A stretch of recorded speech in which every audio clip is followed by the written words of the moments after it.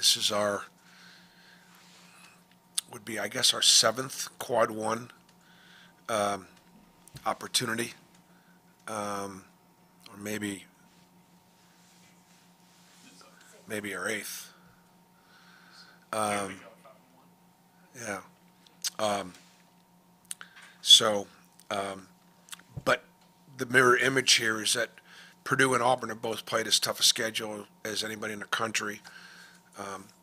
Purdue's already beaten Alabama and Ole Miss in our league. They lost to Texas A&M. All those teams were ranked when they played them.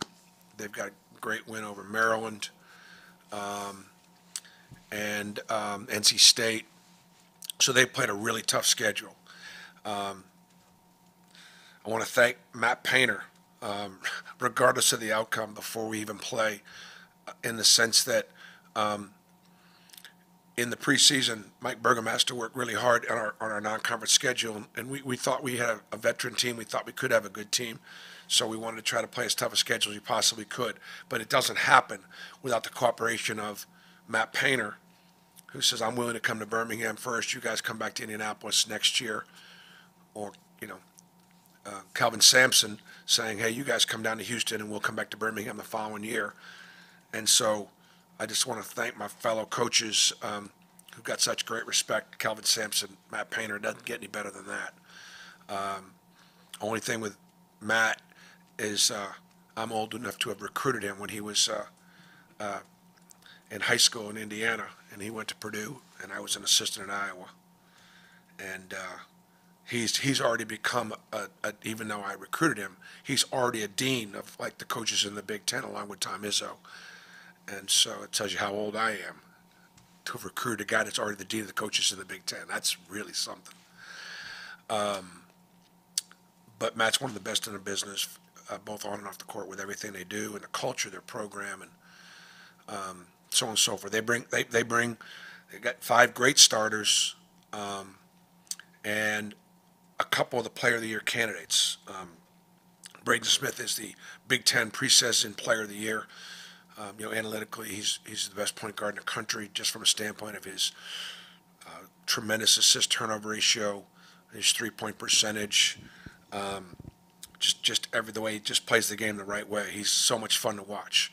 Regardless of how you guard him, he knows precisely the counter to everything that you do, and he knows it instinctively. So it almost doesn't even matter, what you do. He knows what to do in a counter. Trey Kaufman-Renn is the best scoring big in the Big Ten.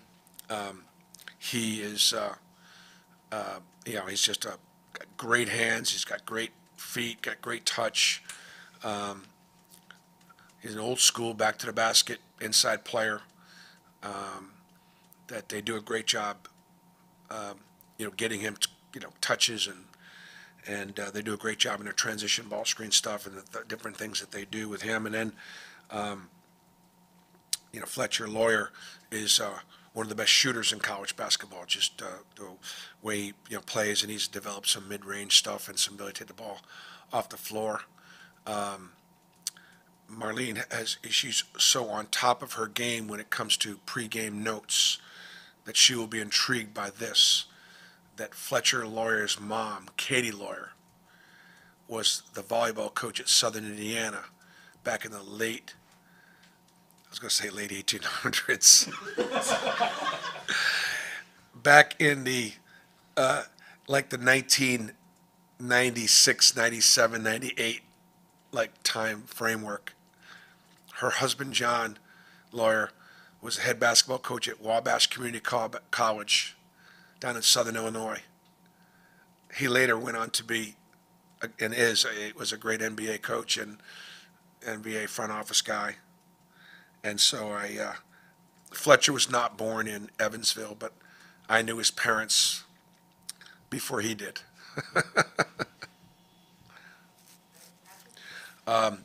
Janai, we got a positive report from the standpoint of no surgery required, and no damage. He It was a different. It was. It was. Let's just leave it at that. He won't practice today, but he will travel, obviously, up there, and I couldn't even tell your status, whether it's questionable, not likely. We don't know. But the good news, it's not a long term problem. What's your message to the other big guys with Janai just being, I guess, questionable, or you just don't really know heading into Saturday? Well, we got a game plan with him and without him. Probably more without him, but we'll game plan both. Obviously, we Purdue's a three-headed monster, and they've got some other guys that can play also. That can make shots and play really hard. And how they're going to play. They're not going to beat themselves. So it's just we won't have as much depth, obviously, and so therefore foul trouble will be a factor. I'm sure Purdue's they're not going to change how they play. They go to him, they're going to go to him, but they'll know that without Janai, we would really be lacking for depth on the front line, and foul trouble could be a factor. So we got to defend. We got to defend without fouling. Coach, Tuesday you spoke on the rebounding category. How have you challenged the guys this week to prepare for Purdue and dominating the glass Saturday? Well, I thought Georgia State did a great job on the glass, and obviously playing against a Big Ten team, big physical team. We're going to have to do a better job of guarding our yard and not giving them second chance opportunities, and doing a great job with our transition defense. Purdue is sneaky good in transition. Bruce, you've talked a lot about how Chaney works harder than anybody else. He's in there. Do y'all ever have to tell him, like, hey man, like maybe don't get an extra work out of here, and then because he's already done so much? No. And if you guys have been with me for 11 years now, I very rarely will say that a particular player works harder than anybody else, because I always say one of our hardest working players, we have a really hard working team, but Chaney is at just next level. And so one of the points that I make to the team about Chaney Johnson would be, did anything Chaney do against a pretty good front line at Georgia State, did anything he do surprise you? And the answer is no. Okay. All right. Well, why did he do more in this particular game? Well, because Janai was out, and so we went to Chaney. Well, since we all knew Chaney could do this, would it sort of be natural for somebody in Chaney's position to go, well, why am I not getting the ball more, like early in the year? Why? When we know he can do what he just did. And the answer is, that's what an Auburn man does. That's what an Auburn basketball player does. That's what Chaney Johnson does. Not one word about his play calls, not complaining about, hey, Janai's he's getting 15 really good touches and I'm only getting 6. Not a word. Not a word. Just an unbelievable young man, unbelievable teammate. And we always tell guys, look, stay right and stay ready. And he's a real example of that. First, you mentioned Braden Smith and the job that he does sort of as a veteran point guard. You guys have defended the backcourt really well. What kind of challenge does him and the rest of that lineup present?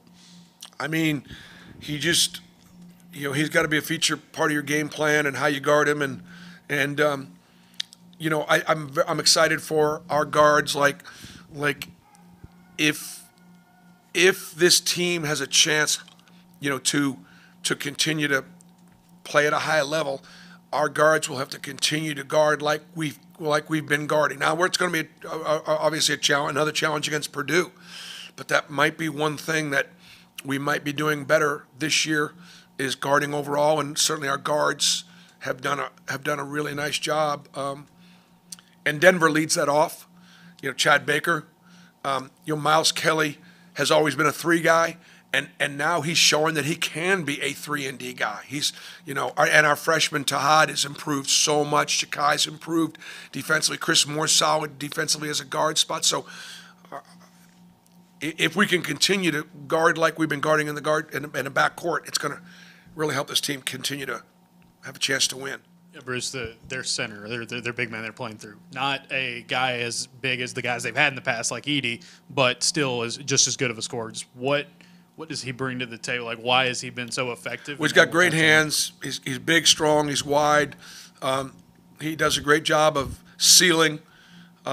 He can go either. He go over either shoulder. He can pass out of it. He'll be one of the better offensive centers that we'll go against this year.